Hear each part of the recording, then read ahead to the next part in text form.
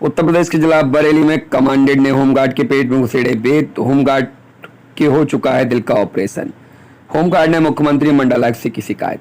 Rajendra Prasad company number 28 Bithri Chainpur में home guard के पद पर तैनात हैं और उसकी ड्यूटी होमगार्ड कार्यालय में सुरक्षा के लगी है।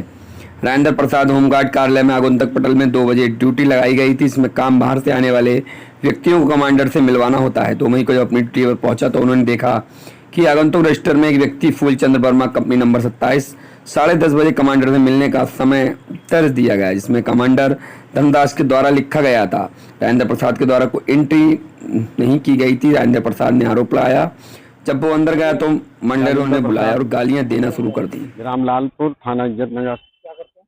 मैं होमगार्ड में हूँ क्या मामला है कल रात? और मेरी इस महीने होमगार्ड कार्यालय में कार्यालय सुरक्षा में ड्यूटी लगी थी, तो मेरे लिए आगंतुक पटल दिया गया। मेरी 2 बजे से ड्यूटी है। मुझसे पहले धर्मदास 15 नंबर होमगार्ड उसकी ड्यूटी है सुबह से। तो एक फूलचंद वर्मा नाम का 11:30 बजे आया, उसमें उसकी कमांडेंट साहब से मिलने की एंट्री थी। अच्छा, मैं 2 बजे आया तो मैंने देखा वो कमांडेंट साहब से मिलने की एंट्री वो 2:30-3 बजे करीब मंडल साहब के ऊपर चला गया। अंदर ऑफिस में था, घूमते घामते में चला गया होगा। तो मंडल साहब ने अपने गार्ड द्वारा जो था वीरपाल सिंह 15 नंबर कंपनी के, उनके द्वारा मेरे लिए बुलवाया कि तुम्हें साहब बुला रहे हैं। मैं रजिस्टर लेके गया। बोले साले ये अंदर कैसे आ गया? तो मैंने कहा सर इसकी रजिस्ट्री कमांडेंट साहब के यहाँ एंट्री है इसकी, और मुझे पता भी नहीं सुबह एंट्री की है इसकी। 11:30 बजे की एंट्री है। बोले साले बकबक करता है। उठे, बेत उठाया, मेरे पेट में 3-4 बार ऐसे करके घुसेड़ दिया। मेरी बाईपास चल। अब मैंने कहा साहब मेरी गलती क्या है, गलती बताओ। मेरे सामने ही बात नहीं। बोले साले बकबक करता। फिर 5-6 बेत मेरे मतलब घुटनों में और मेरे कमर में मारे। अब और गालियां देते हुए भगा दिया कि भाग साले, नहीं तुम यहाँ साले ड्यूटी कर। सर्जरी हो चुकी है आपकी? हाँ, बाईपास सर्जरी भी हो चुकी है जुलाई में पिछली। कल की घटना? ये कल की घटना है। कितने करीब घटना आपकी है? मंडल कमांडेंट श्री प्रमोद कुमार ने। कहाँ बैठते हैं? ये वो होमगार्ड कार्यालय में बैठते हैं ऊपर। विकास भवन में? नहीं, होमगार्ड कार्यालय डोरा रोड गवर्नमेंट में। तो क्या चाह रहे हैं? मैं ये चाह रहा हूँ इनके खिलाफ कार्रवाई हो। ऐसे बदतमीजी करेंगे, अगर कोई मेरी गलती थी तो मुझे नोटिस देते, मैं उसका जवाब देता।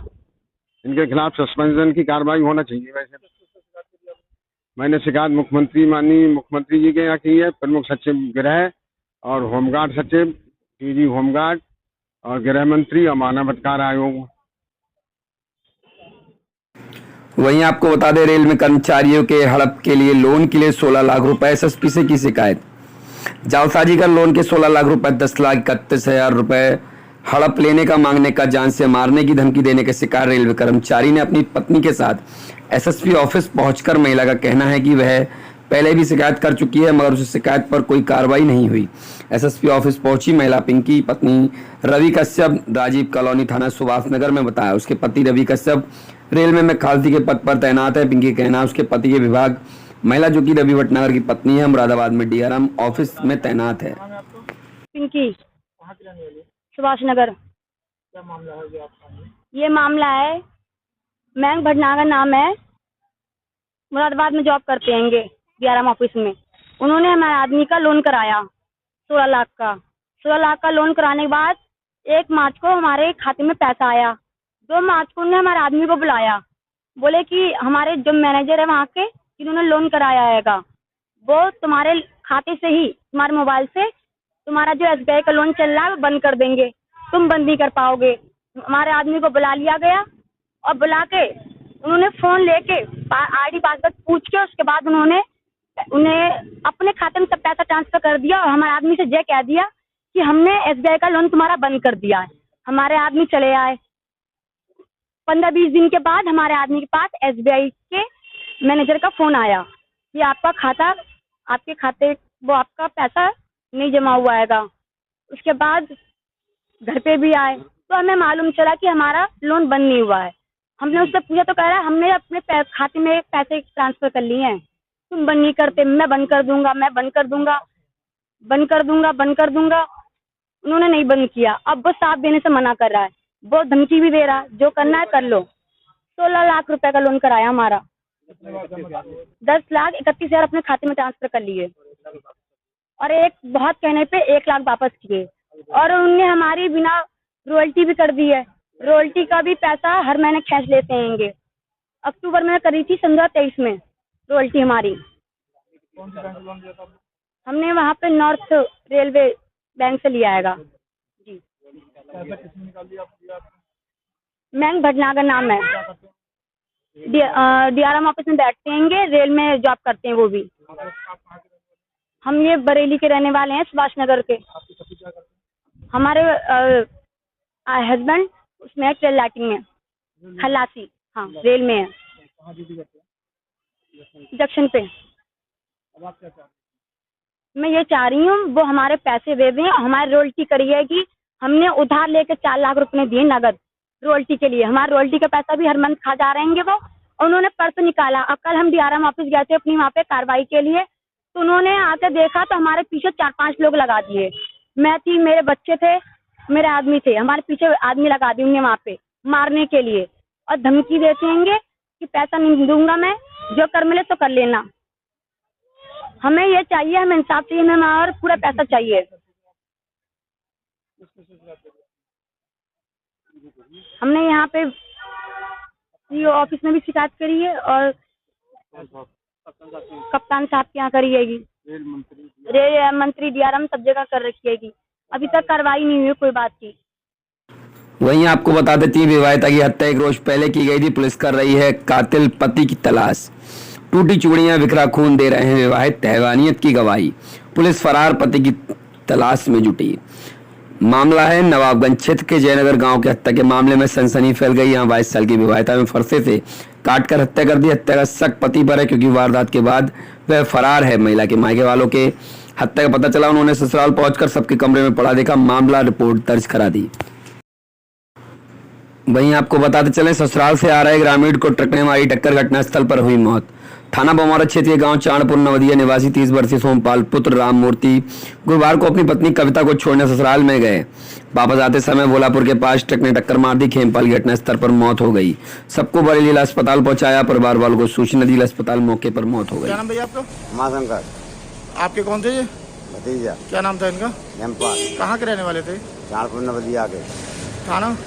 थाना भमोरा। कैसे घटना हुई? कहाँ गए थे ये? ससुराल से बच्चों को छोड़ने गए, उससे आ रहे लौटते वापसी, फिर फिर टक्कर हो गई टायर से टक्कर हुई? ट्रक से। फिर कहाँ पे हुई घटना जी? ये भोलापुर तो उसी टाइम खत्म हो गए थे बाद में? उसी टाइम। थोड़ा जोर से बोलो। हाँ उसी टाइम। अच्छा, उसी टाइम खत्म हो गए थे। हाँ। कहाँ से टक्कर हुई थी? ट्रक से। ट्रक पकड़ गया क्या? हाँ।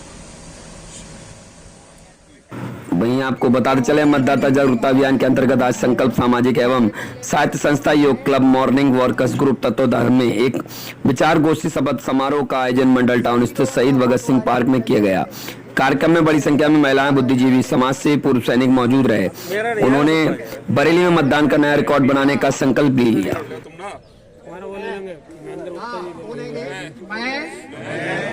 शपथ लेता हूँ कि मैं 7 मई को अपने मत का प्रयोग अवश्य करूँगा। मैं ये भी शपथ लेता हूँ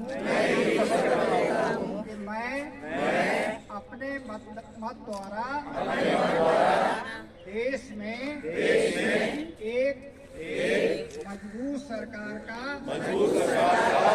गठन करने में अपना सक्रिय योगदान दूंगा। मैं ये भी शपथ लेता हूँ कि मैं पहले मतदान करूंगा, उसके बाद जलपान करूंगा। मैं ये भी शपथ लेता हूँ कि मैं अपने मत द्वारा सभी बरेली वासियों के सहयोग से बरेली में इस बार मतदान के सारे रिकॉर्ड तोड़ने का प्रयास करेंगे। हम ये भी संकल्प लेते हैं कि हम सभी को मतदान करने के लिए जागरूक करेंगे। भारत माता की, भारत माता की, भारत माता की।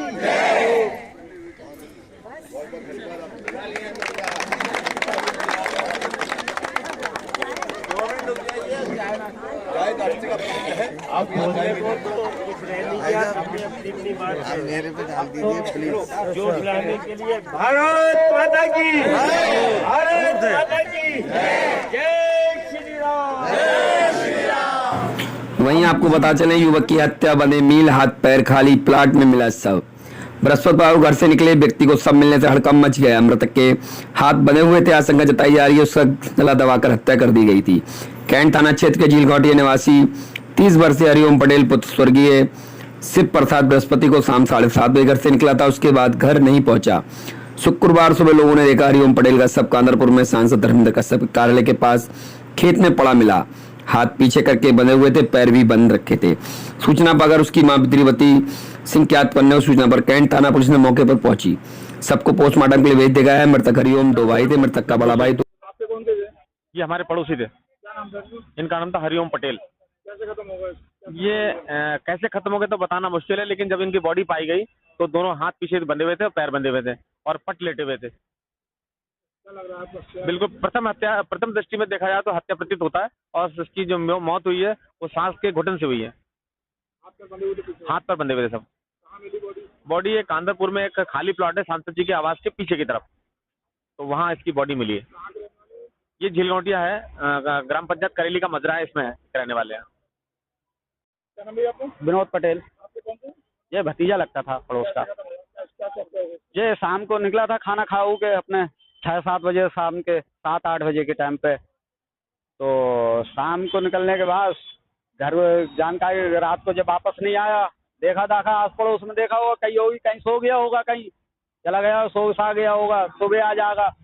जब सुबह पता लगा पब्लिक द्वारा कि एक मिट्टी पड़ी हुई है वहाँ पे, मर्डर कर दिया किसी का, डाल दिया बांध उनके, तो देखा उनकी माँ गई थी, उन्हें सिंगाना करी तो उनने अपना बेटा पाया उसको, तो उसकी हत्या हुई है कांदरपुर।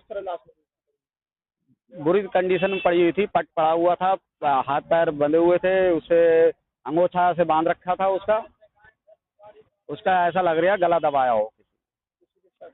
अभी कोई शक नहीं। वहीं आपको बता चले आंवला में बीएलओ ने उड़ाई चुनाव आयोग के नियम की धज्जियां। जीवित पति पत्नी को मृत दिखाकर काट दिया वोट। आंवला के मोहल्ला पक्का कटरा के रहने वाले डॉक्टर संजय सक्सेना ने उपजिलाधिकारी आंवला से शिकायत करते हुए बताया कि वे आंवला नगर के स्थायी निवासी हैं। पिछले लगभग 40 वर्षों से लगातार मतदान करते आ रहे हैं। उनके साथ उनकी पत्नी लगातार मतदान करी, लेकिन इस बार लोकसभा चुनाव में नई नामावली के बीएलओ देवपाल की लापरवाही से डॉक्टर संजय सक्सेना उसकी पत्नी ज्योति सक्सेना को मृत दर्शाकर उसका नाम सूची से हटा दिया गया है। लेकिन इस बार पता नहीं ऐसा क्या करा है जो ये हमारे इसको हम दुर्भाग्य कहें या सौभाग्य कहें, लेकिन ऐसा करने वाले को पहले ये चीज़ बहुत अच्छी तरह से सोचनी समझनी चाहिए थी कि हम किसके साथ में क्या कर रहे हैं। ये गलत है कि किसी के अधिकार को आप उसका दुरुपयोग करके किसी से भी वोट को डिलीट कर दें, ये तो गलत है। अब हम चाहते हैं कि इसकी जांच हो और हमें इसका न्याय मिले, हम अपने अधिकार का प्रयोग कर सकें। वहीं आपको बताते चलें कि वृद्ध महिला द्वारा सरकार पर लगाया गया गंभीर आरोप। सरकार द्वारा मुहैया कराया जा रहा है गरीबों के चावल प्लास्टिक मिलावट कर वितरण किया जा रहा है राशन। बस्ती में जनसंपर्क करते हुए समय भाजपा कार्यकर्ता भी बोलती तब बंद हो गई जब वृद्ध महिला द्वारा आरोप लगाते हुए 5 किलो राशन को लेकर सुनाने लगी खरी खोटी। प्लास्टिक मिला चावल का वितरण कराने को लेकर गंभीर आरोप लगाते हुए प्लास्टिक मिलावट चावल दिखाने में ले गई टोकरी। जहां भाजपा कार्यकर्ता द्वारा देनी पड़ी सफाई देते हुए कार्यकर्ता द्वारा बताया गया मोदी योगी ने नहीं, खामियां बिचौलियों द्वारा खेला जा रहा है मिलावट का खेल। बस्ती से ब्यूरो रिपोर्ट रमाकांत।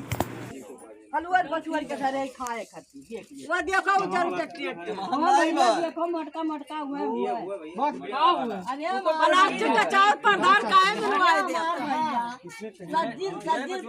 पहले बनाओ वही खा बात तो भाई साहब। अच्छा सुना जा अच्छा सुना जाए तो चलो एक चीज हुई है समाधान कराई जाये। मोदी जी जो नसनवा लावत है वो लोग मिलावटी कह देते हैं, मोदी जी काम नहीं करे। पहली चीज आप मोदी जी कुल दिया था मिले चाहे ना मिला हाँ। सम्मान निधि देखा जाए, आज तक गरीबों के घरे शौचालय नहीं बना रहा, क्यों सरकार नहीं बनवाई, लेकिन मोदी जी बनवाई। गैस सिलेंडर गरीबों के घरे नहीं रहा, सब कुछ लेकिन मोदी जी गरीबों के घरे दलाली हटाई 2007 में।